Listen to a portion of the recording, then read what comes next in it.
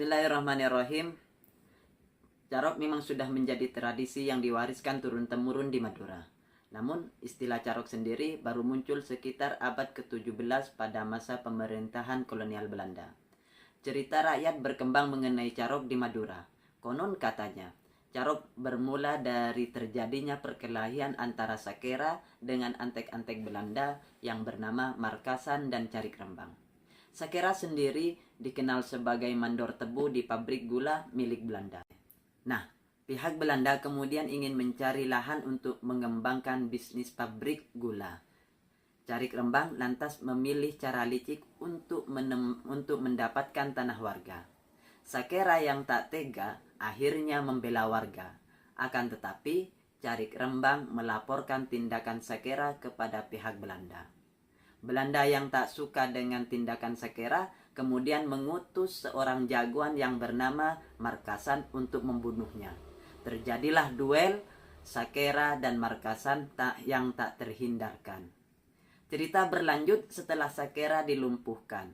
Ia meninggal di tangan Belanda. Sejak saat itu, sosok Sakera sangat dikenal luas sekaligus menjadi legenda di Madura. Aksi berani yang dilakukan Sakera disebut-sebut menjadi inspirasi warga Madura dalam menyelesaikan sebuah masalah. Carok tidak terjadi begitu saja, dan ada alasan kuat yang mendasari.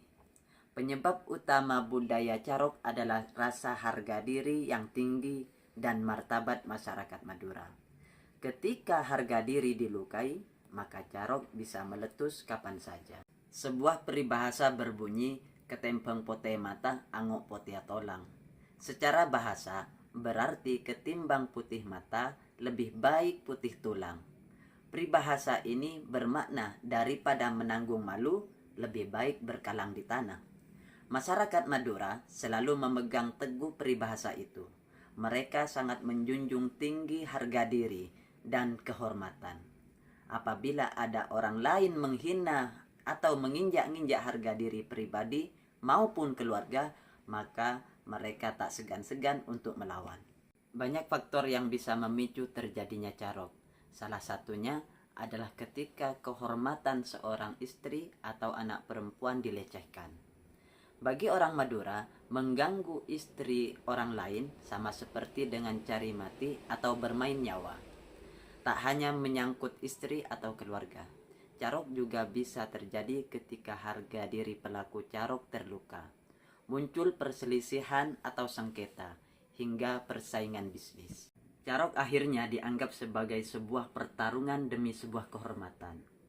Carok dinilai sebagai satu-satunya cara untuk menegakkan keadilan dalam menyelesaikan suatu masalah.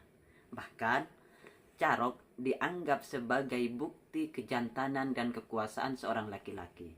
Karena itulah tak sedikit orang Madura yang memiliki sebuah pemikiran bukan laki-laki jika tidak berani carok.